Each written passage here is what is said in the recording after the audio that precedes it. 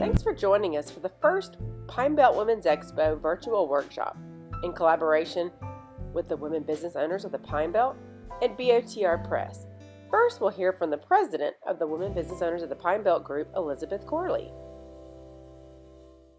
To have so many of you ladies on here, and there's a couple of you that I'm not familiar with, so I hope this is a great opportunity for us to mingle a little bit, and we certainly invite you to come visit us or come back and visit us via Zoom or in person as soon as we're able to do so. And just like many other organizations, unfortunately, we have not been able to meet in person since April, March or April, one or the other. And we have, we're so hoping to be able to at least have an in-person social or a year-end party in December. But we'll be evaluating that in the next week and make a little closer determination, since unfortunately our numbers in cases and et cetera have been going up. So, but we are still holding monthly meetings open each month. And we're still doing Zoom socials as well. All that's still Zoom. And hopefully 2021 will be a whole new year, and we'll be able to meet in person around the corner. And so if you need more information, you're welcome to check us out on Facebook or our website. There is links where you can get additional information and certainly join. And we look forward to being able to communicate with you a little bit more on that. So nice to be part of this social tonight. Jennifer, thank you so much for hosting this and all the information that you guys are going to convey to us on behalf of the Expo and Mary Beth as well. So Christy, is there anything? Christy is our vice president this year, and we are honored to have her. And she's a busy woman, so I'm glad she's able to be with us tonight. Christy, is there anything else we need to share? No, I think you pretty much covered it, Liz. Great job. Also on our board is Amanda Carey, and so she is our public relations and person this year. And I tell you what, she has been tremendous for us to get our Zooms together. She's revamping our website. She has just been so instrumental to have on our board this year, and we're certainly honored to have her. And she joins us tonight. We've got a couple of other board members that unfortunately were not able to join us. So I don't see anyone else on here. Liz, I would like to echo what you just said about Amanda. You know, this was the year where we had to go one full-on technology, and some of us are not that expertise like Amanda is. So she's been like our champion this year. I just want to give her another shout out because she deserves it, definitely. Amen. Thank you, Amanda. Thanks, you guys. Makes me feel good. You are amazing. And it's, I'm putting the link to the website in here. So everybody can go check it out. Thank you guys so much. The Women Business Owners of the Pine Belt is getting to be up there in age. I mean, we've several years old, probably, I don't know exactly, probably getting close to 10. It's 10 years this year. 10 years. Oh, we need to celebrate. And you don't have to be in Hattiesburg. We have a lot of members that aren't from Hattiesburg. I know there's a lot of people on here from like the coast and other places. And some of you actually don't live here anymore. Some of you live in other places around the United States. But it is an amazing group of supporters. I mean, you know, we all support each other thick and thin. It's not easy to do entrepreneurship. So it's a great group if you're thinking about starting a business, if you have had a business and want to do it again, or, you know, whatever the case may be, look us up. It's a great group. And they always have the perfect booth at the Women's Expo right in front. And they do this wonderful scavenger hunt. And I cannot wait for that to happen again. So thank you, ladies. Now I'm going to turn it over to Women Business Owner of the Pine Belt member, Mary Beth. And she's also as an exhibitor at the Women's Expo. And she is going to run this workshop. Thank you. Thank you for the opportunity. I am so tickled to be here. And one of the big reasons that I thought that the Memoirs workshop would be a good fit for you guys is every one of you are role models. You are role models for the young girls coming up to become business people and to see that it's possible for women to do it. So that's why this one is very precious to me for this group. I'm going to go ahead and share my screen.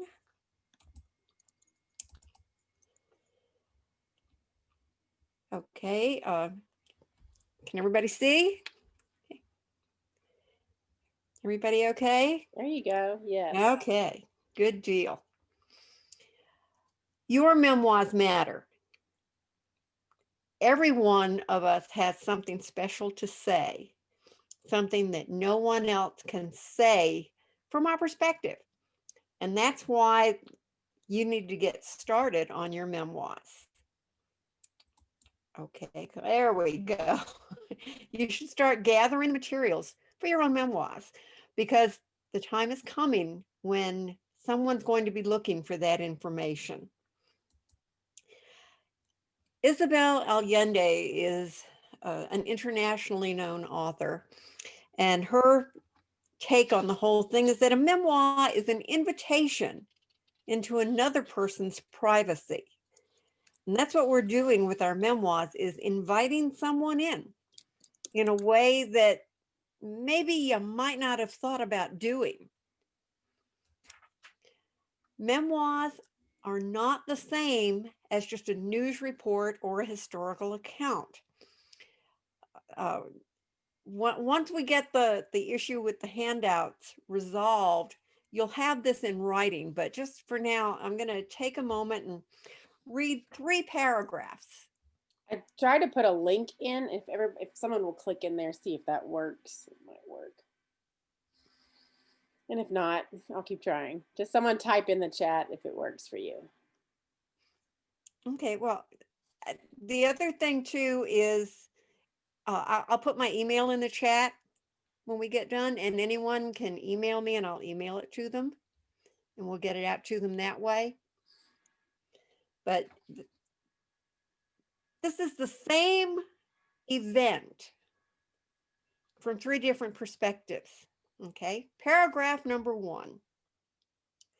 On January 3rd, 2012, store manager George Smithers entered through the employee entrance into ABC department store and discovered a fire underway in the break room wall. He sounded the fire alarm immediately, but responders were delayed by an automobile accident blocking their route. The aged fire suppression system in the building failed, allowing the fire to spread. The store building and 2 other structures on the block were total losses. The fire caused major financial loss in the community, but no lives were lost. Only minor injuries to firefighters were reported. Okay, same event from another perspective. What a great way to start the new year. I had a new job. After 4 months without gainful employment, I felt overjoyed to be reporting to the ABC department store as a new sales clerk in the shoe department. I'm sure my excitement made the traffic seem heavier than usual, and my bus just seemed to crawl. Finally, I decided to get off the bus and walk the rest of the way. I didn't want to be late on my first day. The air grew thicker as I neared Grand Avenue. From a block away, I could see the flames flaring from the roof of the store, and they filled me with horror. I crept as close as the fireman and police officer would let me go. I could hardly believe what I was seeing as my dreams went up in smoke. As one wall caved in, I felt my hopes cave in too. My job was gone. Now, one last take on it. Officials report a major fire at ABC department store at the intersection of Grand Avenue and North Millington Road. Motorists are advised to avoid the area until future notice due to blocked streets around the building. The same event from 3 different perspectives. The first one a historical account, something you might read in a history book, looking back on important events in a community. The third one is the news report that you'd get on the 5 o'clock news or the morning news, as the case may be, of what was happening right then and there. The one in the middle was the memoir, the personal take on the historical event. And that's why memoirs are so important. They put a human face on something that has a big historic repercussion, but needs to be seen from a personal level. The news tells what's happening. History tells us what happened, but memoirs tell us about, whoops, come on, there we go. Memoirs tell us about your life from the inside and what happened and how it touched you. That's the important thing about memoirs. They make the big news something personal. So where do you start? Well, you can start with old photos,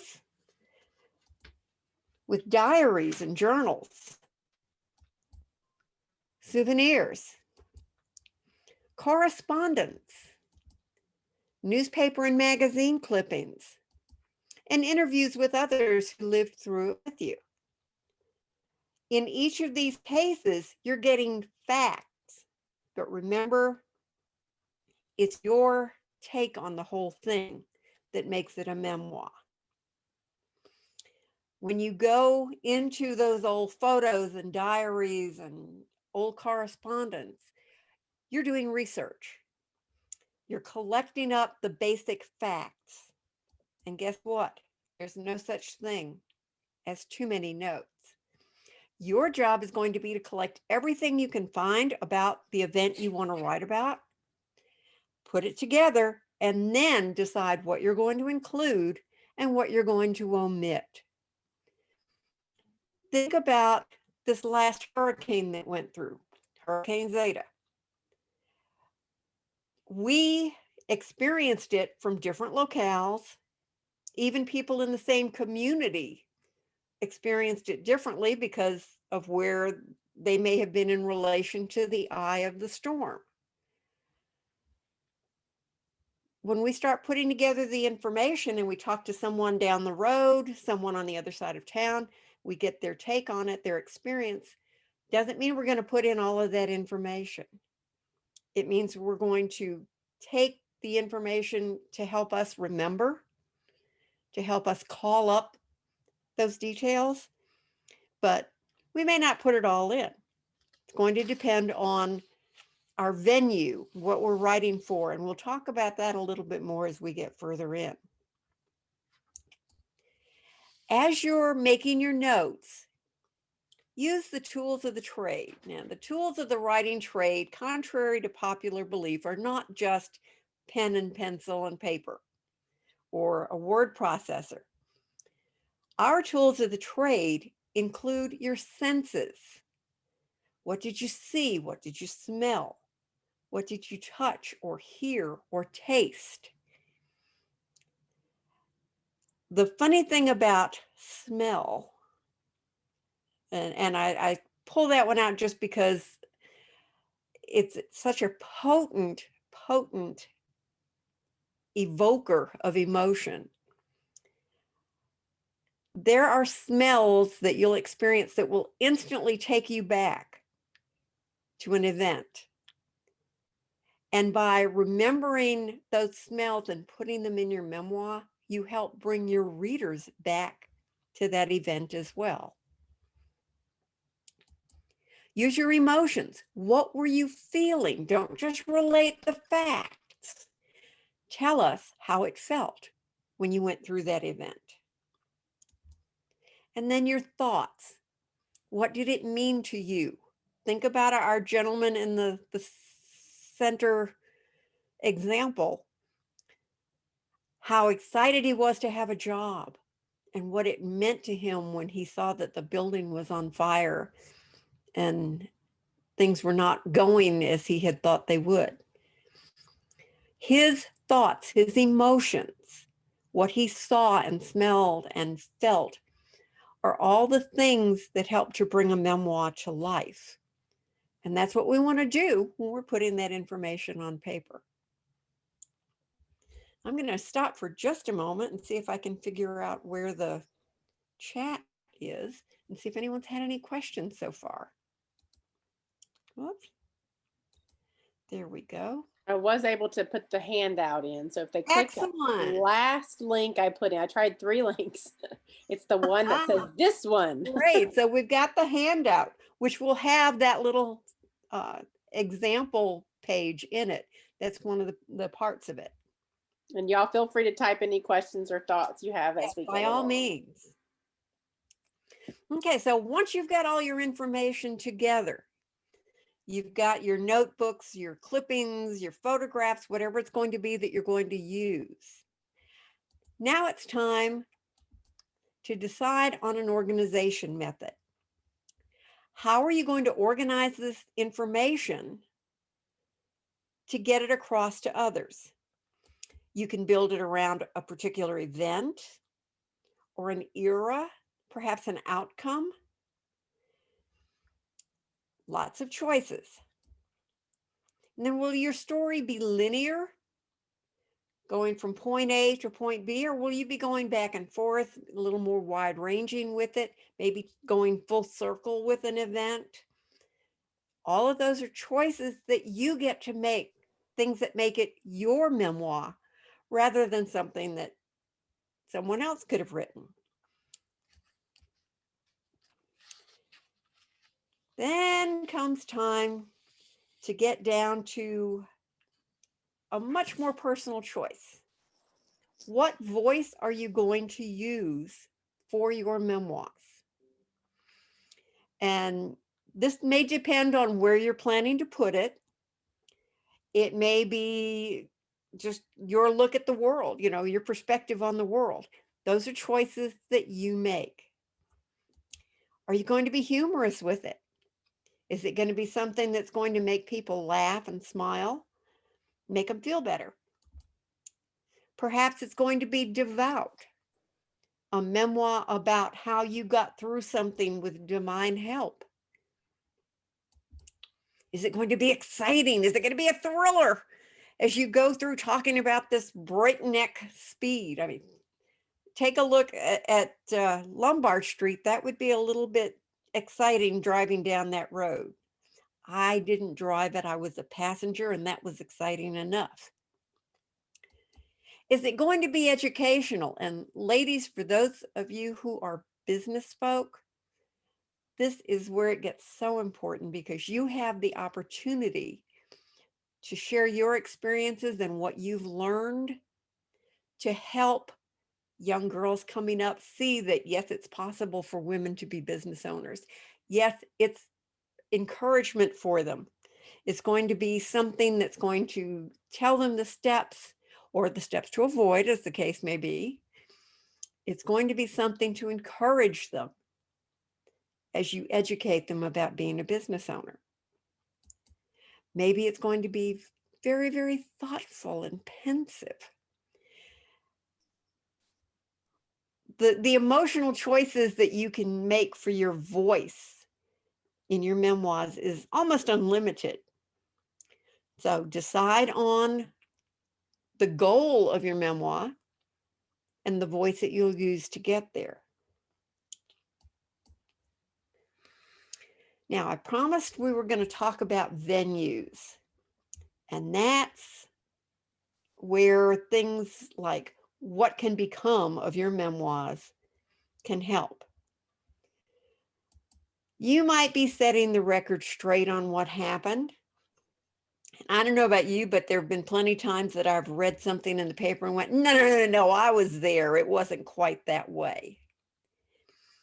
It may be that you're telling your side of the story. It may be, something that you experienced that people have put a jaundiced view on, and you can tell your side and help to set it to a more normal course. It might be that you're going to use this as a basis for your own future writing. Wow, where are you going with it? You can be a short memoir, you can write a long memoir. It can be book length, it can be an article. It's all up to you. So, let people get to know a better side of you, a different side of you. Maybe you don't want to let them know just the business person side. Maybe you want to let them know the softer, more personal side, the more creative side. All of those are things that you can bring to your memoirs. And for me as a writer, one that's very dear to me is that researchers can then get a personal perspective on historical events. People like Ken Burns, David McCullough, Stephen Ambrose, Henry Louis Gates Jr., these people use memoirs and diaries and letters to help bring their historical works to life, rather than just recounting, this particular group went to this particular battle. They bring the personal side in, and your memoirs can help be the research that gives them that perspective and helps them to get to that next level of not just recounting historical events, but showing the human side of it. Critically important. And one of the big issues these days is we do so much on email. People don't write letters like they used to. We're not going to have all those trunks in the attic filled with letters, between family members talking about events. Who prints out and puts emails in a trunk? It just doesn't happen. Your memoirs may be the only resource that some future researcher has. So don't be afraid to put them down and get them out there. Now, maybe you're not doing them to publish as a written work for the world to see. Maybe you just want to hand down your memories or traditions as a gift book for your family. That makes a great gift. Telling the family story, assembling the images of the family. It's a very powerful way to bring people closer together. And right now, when we can't go out and make those memories together, we can share the ones that we hold dear, bring them together in a book, a booklet, maybe it's not going to be a full-fledged book, but you can bring them together for your family and let them have that to treasure for the future. Don't be afraid to put those stories down. I wish, I spent a lot of time trying to get my mother to write her stories, and she wouldn't always do it. I have some tapes that I recorded when she didn't realize I was recording them. Just, Mama, tell me about. My mother dropped out of school to help her family during the Second World War. The family had a grocery. She was a teenager and big enough to help in the store. And when we went down to the World War II Museum in New Orleans, and her younger sister, my aunt, was with us.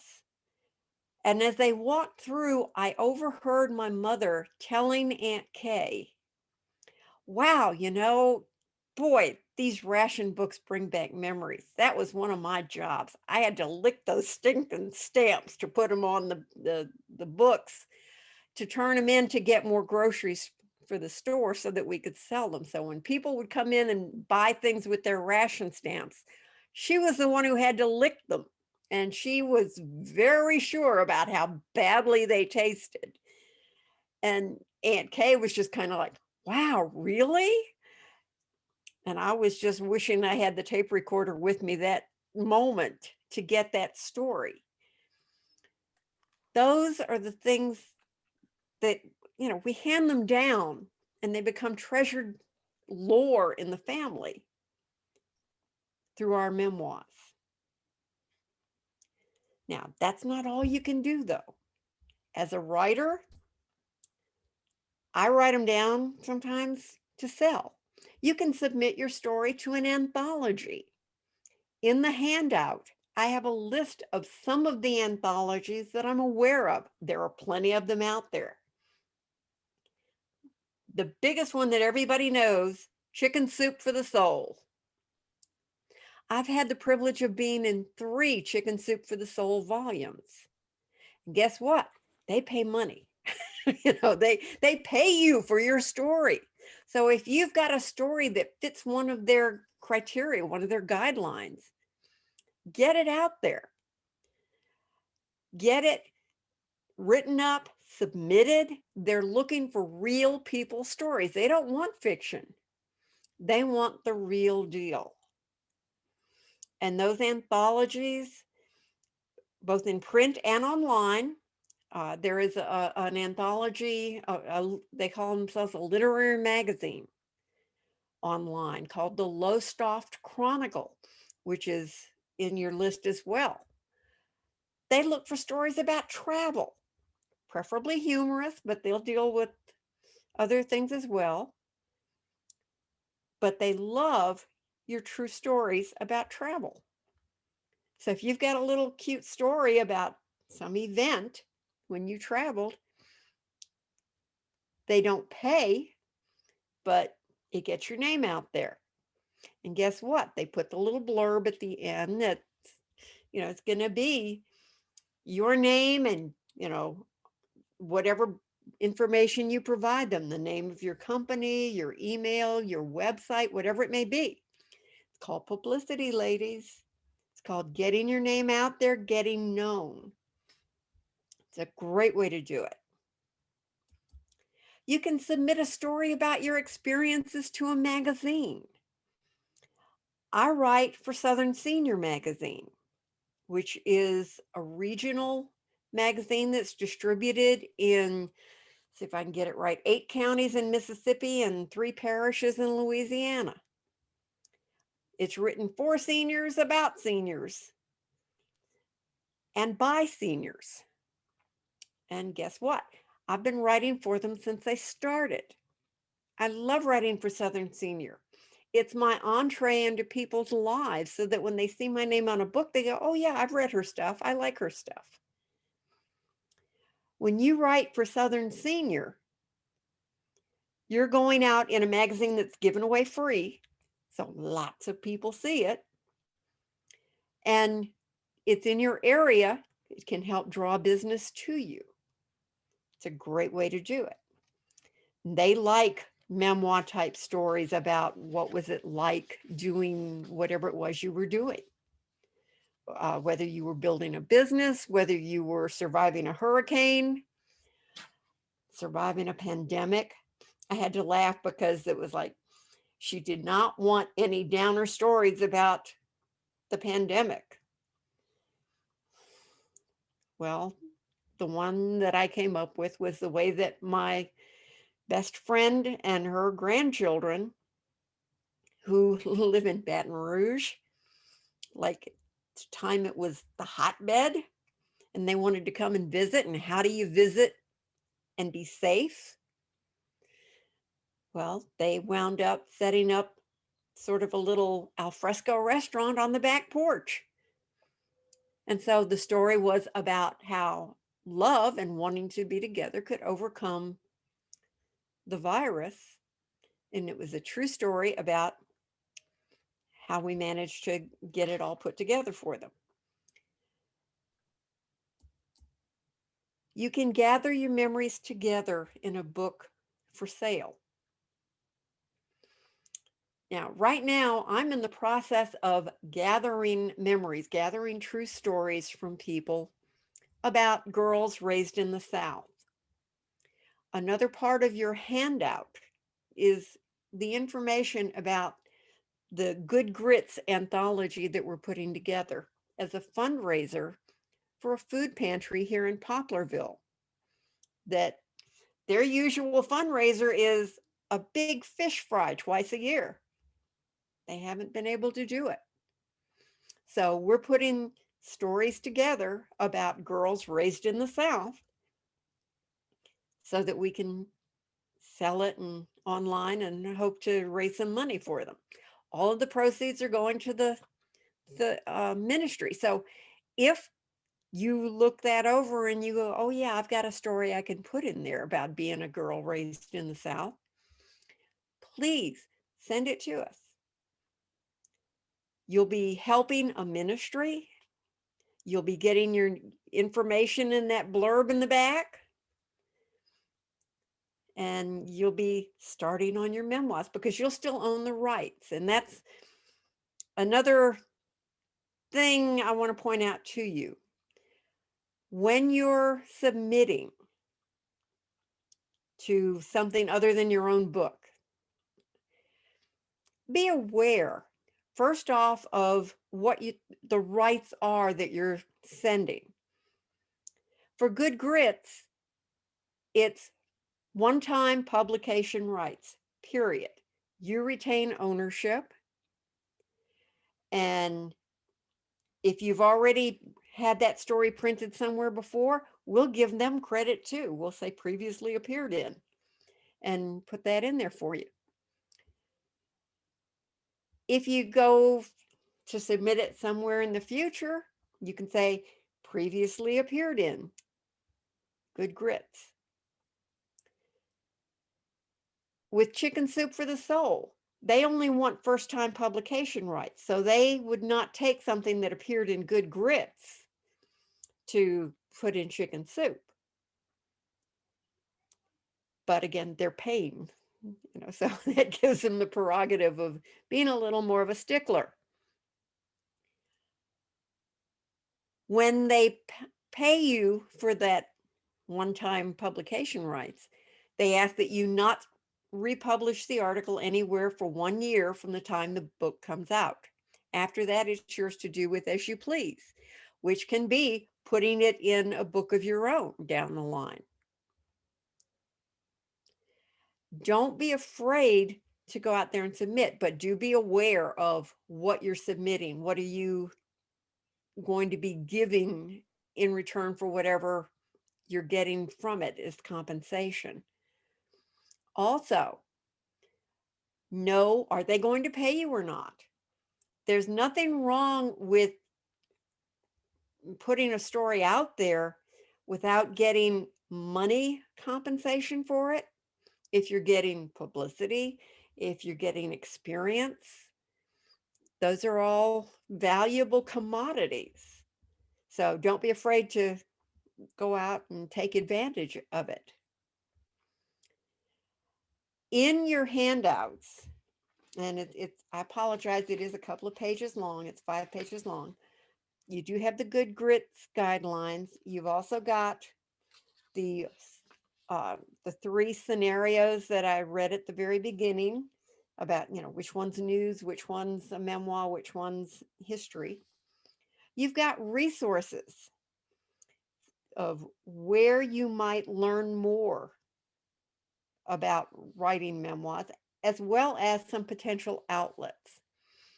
It's not all of them by any means, because they are constantly, new venues are coming up, old ones are shutting down, especially right now in this pandemic environment. Some of the older, more established publishing sites are not functioning like they used to. So don't be afraid to check them out, see what you can before you submit, but don't be afraid to submit.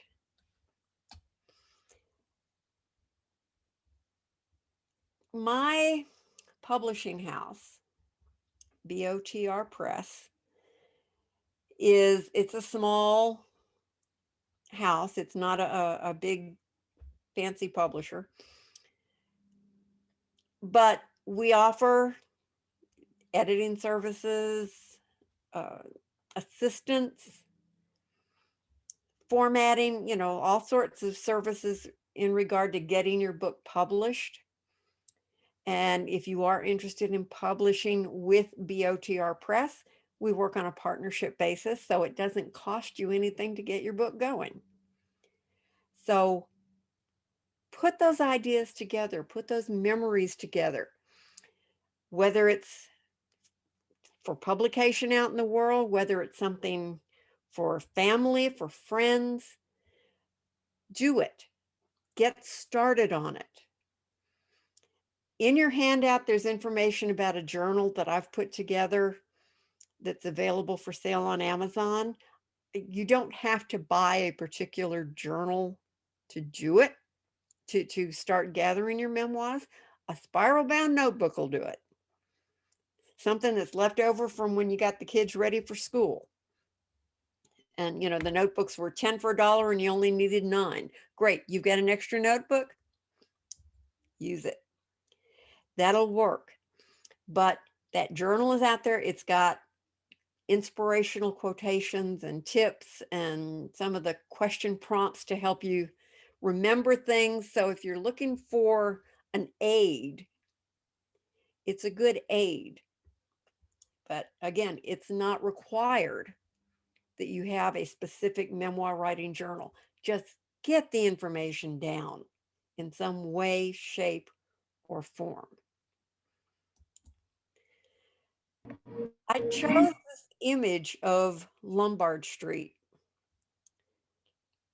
because the one thing I became very aware of as we traveled, it was the way that it looked from the bottom was a whole lot different from the way that it looked when we started out at the top. And the view, looking back on your life, looking back on events, the perspective that you've gained from that event is going to change over time. It's going to change as the years give you more experience, and maybe what seemed like a trauma at the time turns out to be fairly minor, and what didn't seem like a big deal turns out to be a major turning point. Those perspectives on your journey are your memoirs. When you write them down and gather them together, you're getting them ready to share, whether it be with family, with the world. Don't be afraid to do it. And don't be afraid to get started, because it's very, very important to someone down the line, someone who needs your advice, your counsel, learning from your experiences. Okay, any question? I'm just babbling on here. Got any questions going on? I have a question. Sure. Hold on. Oh, okay. So how does it work? A memoir, since it's true, it does involve other people. How do you put other people in your work without, like, what if it's not a good situation, or even if it is, do they want to be in there? That's a great question, Jennifer. And when we're doing the 2-hour workshop, it's one we spend a lot of time on. Something had to give, and that's what I left out. But when you're dealing with other people,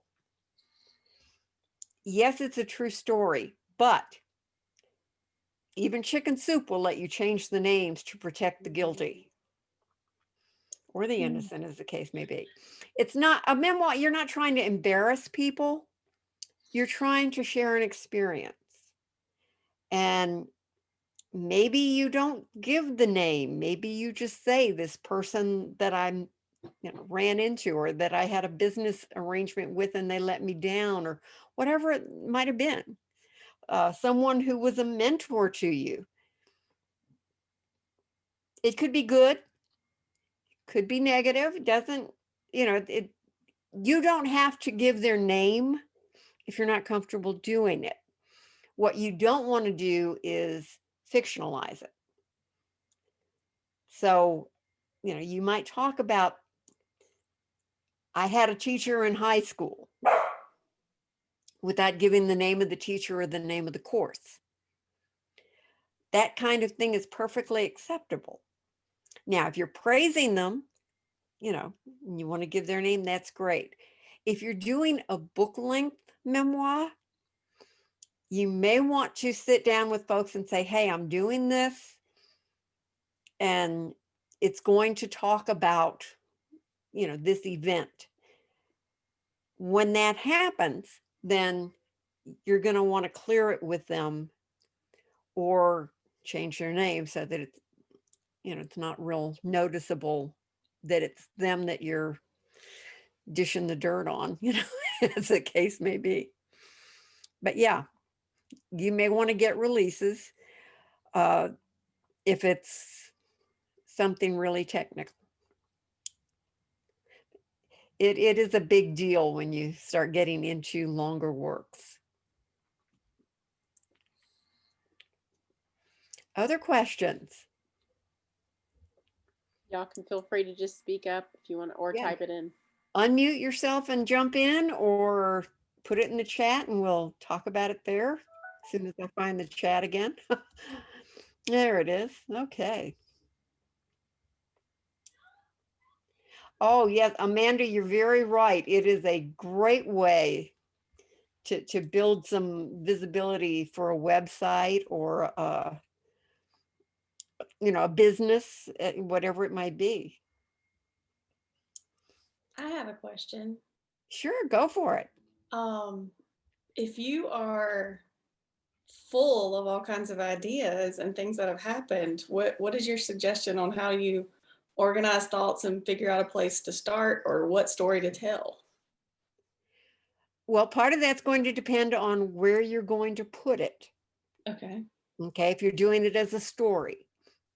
If you're doing it as a book, then the important thing is get it down first. Get it before it slips away, before you forget that, oh yeah, that would be a great addition for the book.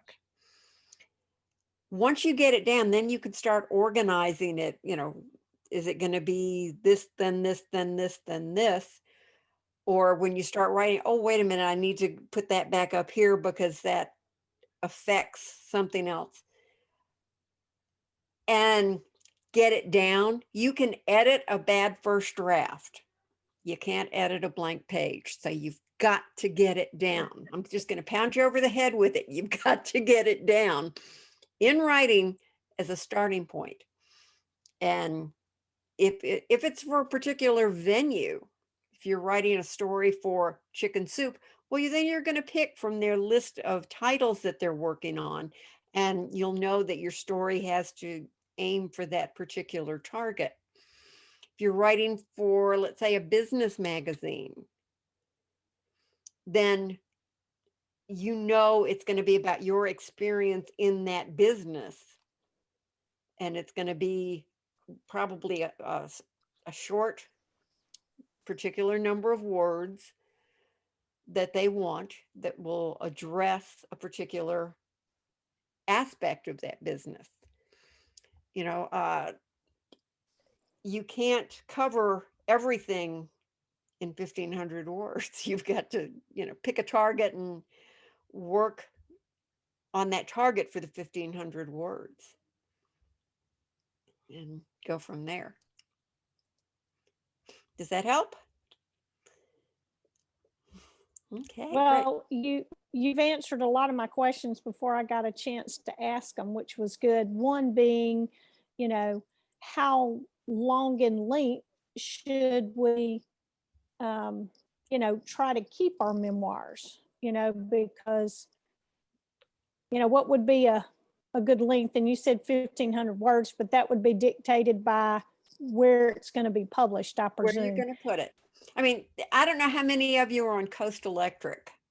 Okay. Coast Electric puts out a newspaper, a little magazine type publication, and they have first person stories in their memoirs. Reminisce magazine is another one. The Good Old Days. Those are magazines that look for memoir type stories, and they will tell you in their guidelines how long they want that story to be. Southern Senior wants it, 600-700 words. They don't want, 2,000 words for it. And trust me, you do no favors if you go over a word limit. I never really thought about a manuscript as being able to fly, but it sure feels like they're flying back at you when they come back rejected. Back in the day when they used to actually send them back to you if you sent them a self-addressed stamped envelope. Now they just kind of ignore you and you never hear of it again. So don't go over, whatever the word count is that they've stipulated. If you're doing it as a book, then that's going to depend on how much territory you want to cover. Elizabeth, for example, you and your husband went through a political campaign. Okay, if you were writing about that political campaign, that's going to be a very discrete time period. You might hark back to what the aspirations were that led to you getting into the political arena, how you felt about him running for office. But, it's not going to be your entire life. It's going to be that discrete period of time that had to do with the political campaign. On the other hand, It felt like my entire life at the moment. I bet it did. I bet it did. But on the other hand, you're also, you guys run a farm. If you're writing about a farm, how long have you been farming? Probably a lot longer than you were in politics. Praise the And Lord. that's going to be a much longer time period, a bigger book, a different perspective. That's, the kind of thing. Now, and this is just a personal question here that I'm going to ask, and you can answer or not answer as you choose. You've been through it as a political spouse. Would you go through it as a candidate?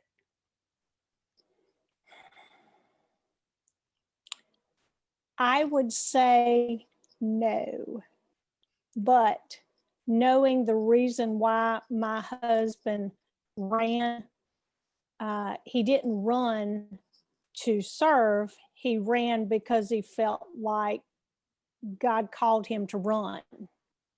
And he said, I'm not sure if I'm supposed to win, but I'm supposed to run.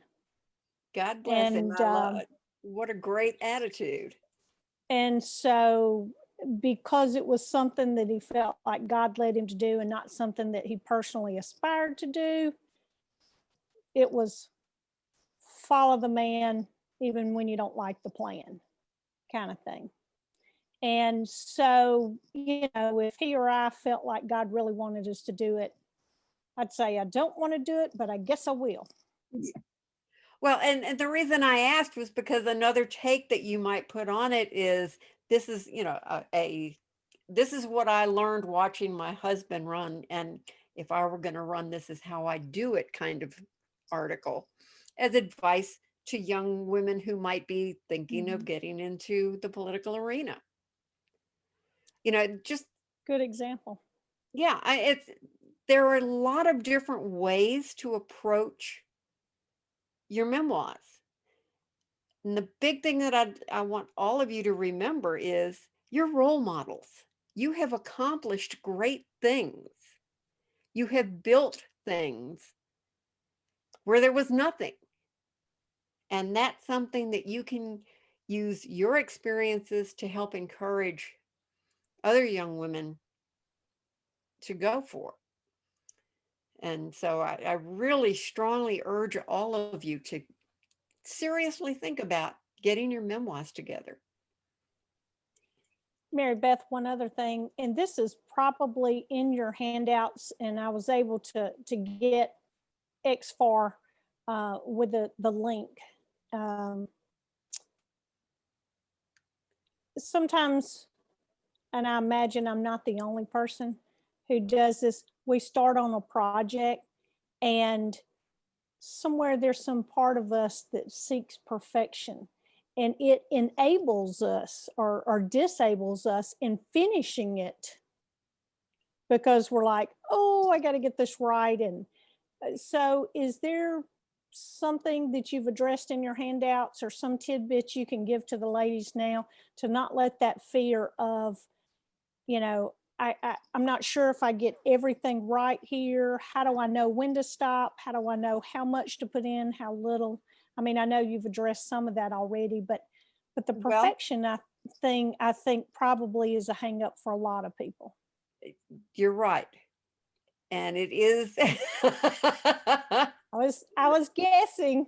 It is a danger zone. Okay, there's such a thing as guilty as charged compulsive editing. This is bad. That's the term.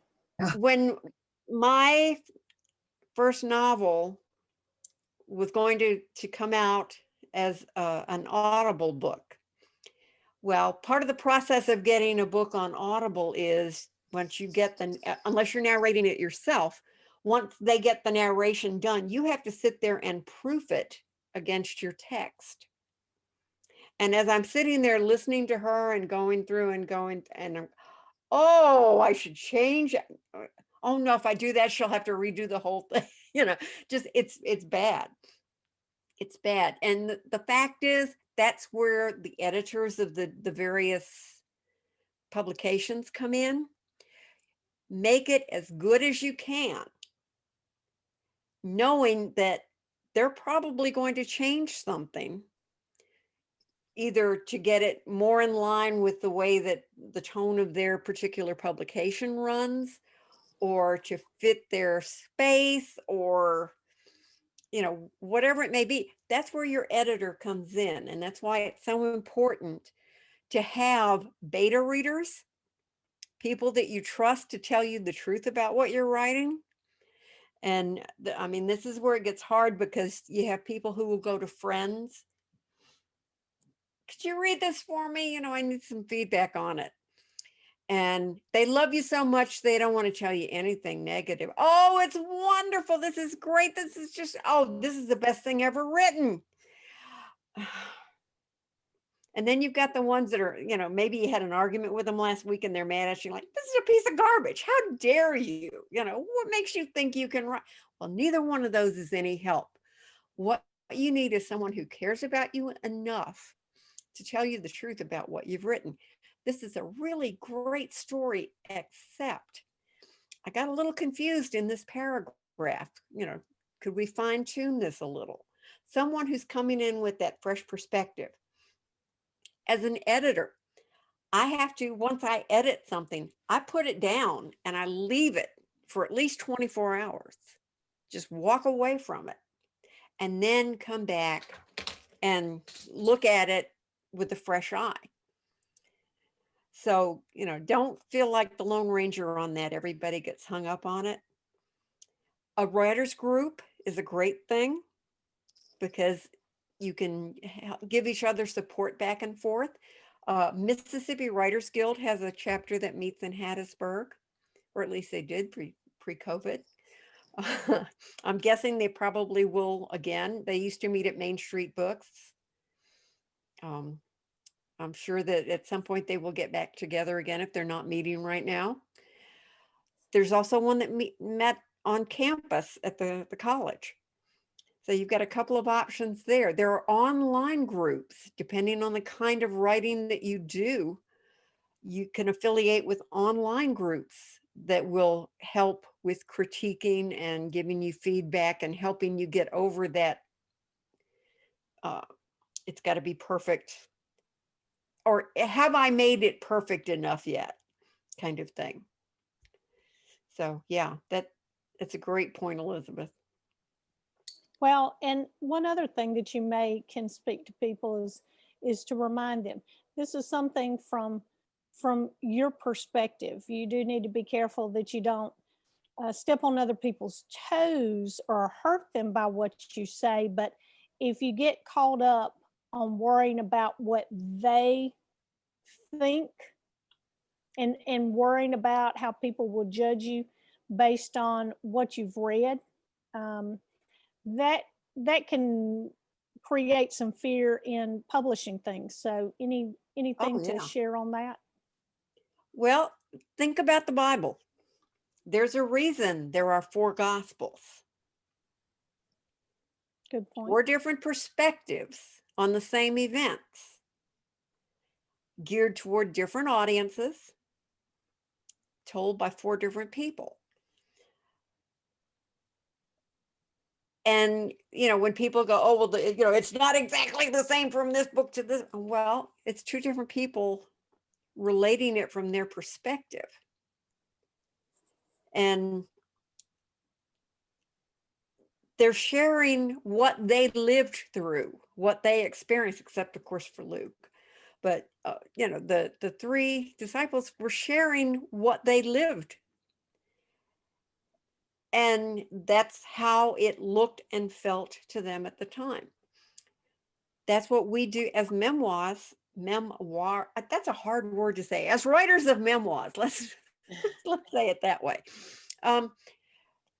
We are sharing our perspective on events that other people may have lived through too. If I write a book about Hurricane Katrina, it's not going to be the same as someone else's experiences in Hurricane Katrina. And I shouldn't even say Katrina because I wasn't in town for Katrina. But let's go back to Betsy, Hurricane Betsy. I remember I was a teenager, just barely becoming a teenager, when Hurricane Betsy hit.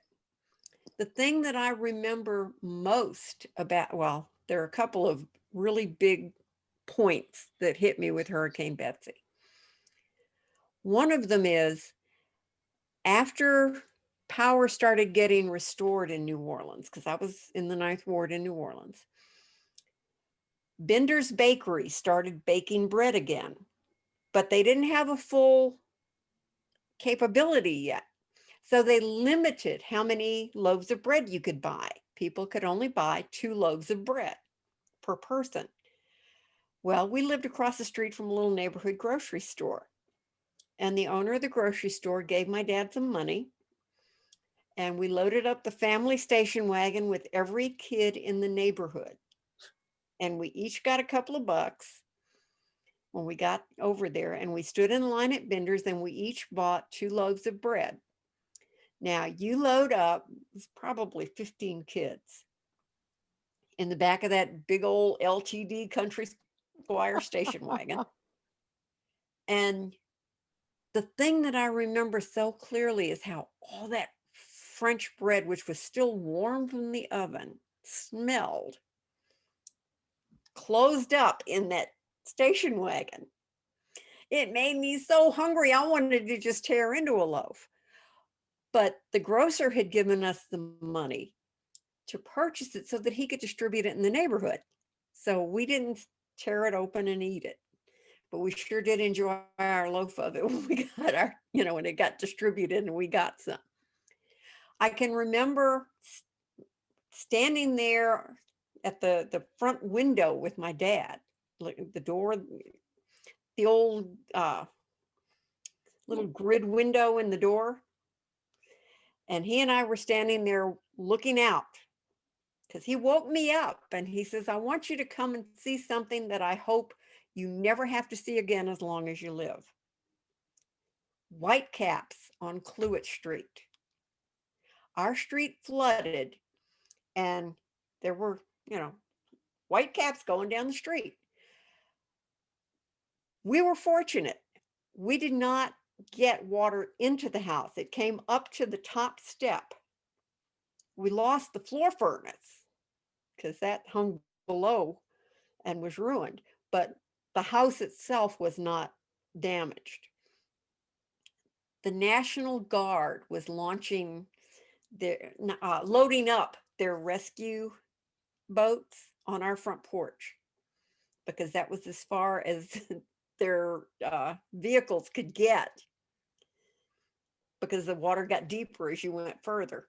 And so they would get out and unload the boat from the back of the truck and get the people up on our porch to climb into the boat and sail on down to see if they could rescue people.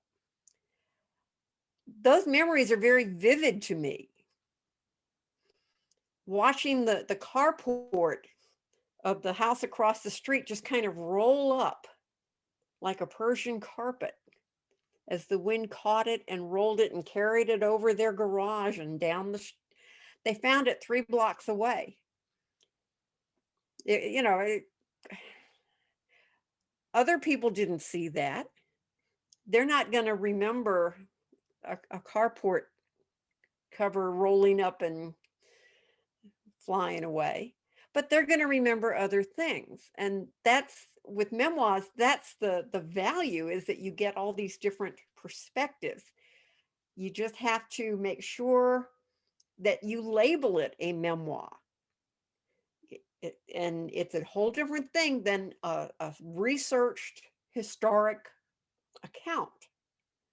It's your perspective on it, your look at what happened. That's what gives it value, because it isn't that carefully researched from the newspapers and transcripts from the news reports. It's what someone lived through. So can you write a memoir about someone else, or is that not a memoir anymore? It's not a memoir. You can write a biography about someone else, but it's not a memoir. But you could. What if they dictate it?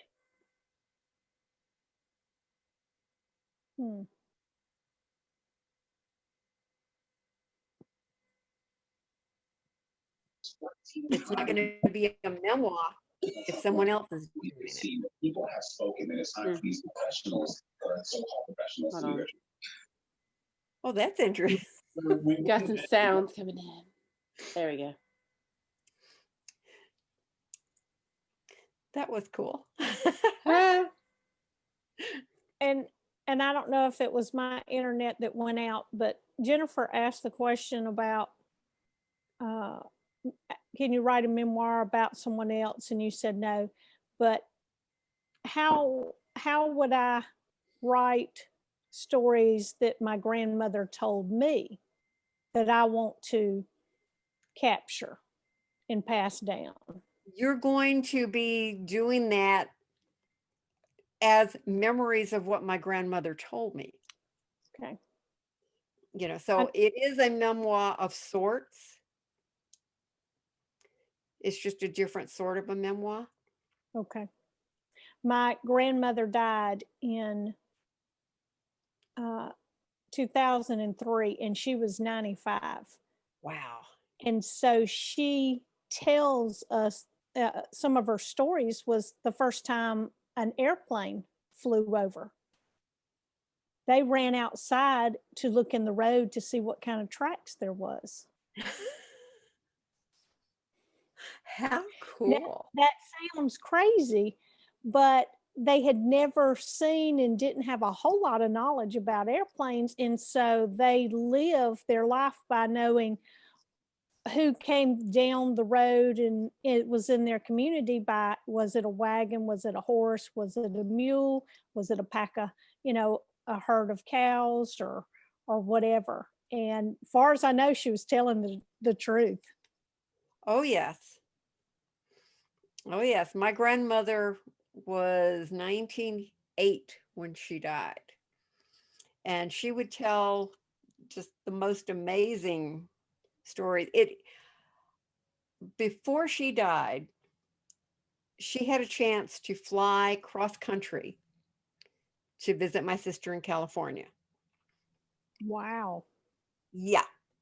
This is a gal who would go to town. Her options were either, if Papa was going, get a ride in the wagon, borrow the mule, or walk. And she flew cross country. I mean, I can't even imagine how she dealt with those differences, those steps of progress in her lifetime. She did. She got on that airplane, didn't bother her a bit. pretty amazing. And I wish I had more of her stories. But unfortunately, I didn't come to realize how important memoirs were until I started realizing that I didn't have Granny's stories and Mama's stories. And that's when I started trying to get Mama to tell me hers, and she wasn't too keen on being recorded, but I got a few.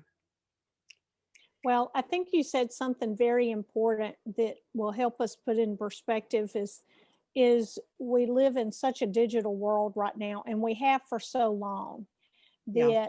where's all our photos? They're on our phone, they're in the cloud, they're on Facebook, and we don't even keep physical photo albums anymore, unfortunately. And what would be great is we don't even have documentation as to what was happening at that photo and what the time period was and what was going on around it. And nowadays, half of everybody's photos are only selfies anyway, so you don't see anything in the background. Yeah, but that's really important. Going to use. Yeah, and the art of keeping up with what was going on in those period of times is really lost. My mother has, I bet she has 20 plus years worth of journals. And I aspire to learn how to journal how she does. And I think it keeps her mind sharp. Yes, it does. Because whatever she journals for today, tomorrow she thumbs back through and reflects on, and she kind of builds off of tomorrow's journal. And she can remember things that I wish I had a memory for, and I believe a lot of that comes from her detailed journaling. And so now her new goal is to put her life together chronologically, electronically, something other than 20 years worth of those little composition books. So I hope to help her start that process, and maybe she'll rub off on me. But it is amazing. I just feel like there's this huge loss of information in my life that, if I would have journaled, the best I have is years worth of day planners, but it doesn't have emotion or feeling in the day planner. It just has events. Yeah, you're right. That's okay. why I feel like I've monopolized the conversation. So, any other questions? Hit on why it is such an important topic to me. Why it is so important to me to get the word out, because it's not going to be there for the future if we don't get it down now. I'd like to add something. I Sure. know I probably a few years back, I ran across something on Facebook, or it was 365 days of questions, 365 questions. And it's something that you just kind of answered the question, who was your mother, random questions, but it gave you a focus to write down a recollection or a memory from that time. It really helped me to, focus in on not necessarily a memoir, but I was interested in doing that as well. But this is more like putting some of those snippets of time periods together over the course of 365 days. I did it with the intention of putting together something for my grandchildren. And because they always ask me questions. And of course, I don't think about just to say, oh, let me tell you about this story. They'll ask some bizarre question, and then I'll answer it, and they go, wow, I didn't know you were that old, or I didn't know you knew that. Did you really do that? Things like that. That I know I have a wealth of experience in a lot of areas, but I wanted to give them a foundation of where that came from, where that creativity came from, where where the, different perspectives come from.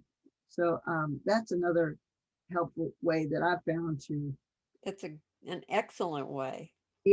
gather information, and then you can spin off of that onto a lot of different areas. That's great. Thanks, Bonnie. Mhm. Anyone else? Well, I feel like I've taken up your whole evening, but I do appreciate your attention and your participation. It's been great fun. And I hope you'll all get started on your memoirs.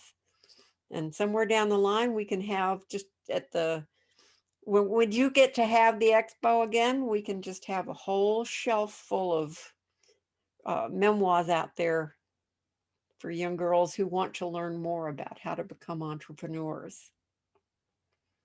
Good. This has been wonderful. Yes, thank you so much, Mary Beth. This is awesome. Really Oh, is. you're welcome. My pleasure. Great Yep. way to spend the evening. Yes, indeed. It was wonderful. Very informative. I'll have And to do my email so I can get the link. I can't get the link to work on mine. So I'm also gonna if anybody can get into the I'll post, this will be this is recorded, so I'll post it on the Pine Belt Women's Expo page and in the Women's Business Center Facebook group as well, and the handout. perfect. super. Thank you so much. All right. Thank you, Jennifer, so much It's for great. getting this everybody. coordinated. Awesome idea. Well, y'all have a wonderful evening, and Mary Beth, thank you so much. This is so You wonderful. are And welcome. Thank you for allowing me into your homes. if you did not check out her creativity seminar, it's also on the Facebook page for the Women's Expo, and that'll also help trigger some of this as well, get you thinking. So it's a good use of a pandemic is writing, right? Mm-hmm. Great therapy. Yes, that's Right. great. Good So night. I'll post all of this up, and everybody have a wonderful evening. Anything else? Yeah. Anybody have any last minute questions before we Just a reminder that our monthly lunch is the, I'm looking at my day planner, but I can't reach it. Today is the second Tuesday, so it is the fourth Monday of the be month. the 30th, Thank you. At 11 o'clock. and that's virtual. That's a lively but virtual lunch from 11. We start at 11, do some business and get our guest speaker going. And we're actually going to be taking care of a lot of business, getting this year wrapped up, getting ready for next year. And we have some voting and surveying for our members to take place in. So that'll be on the 30th at 11 o'clock. And then possibly, definitely virtual option, but maybe something in person in December. Correct. The second Tuesday in December. Is that the 12th, I think?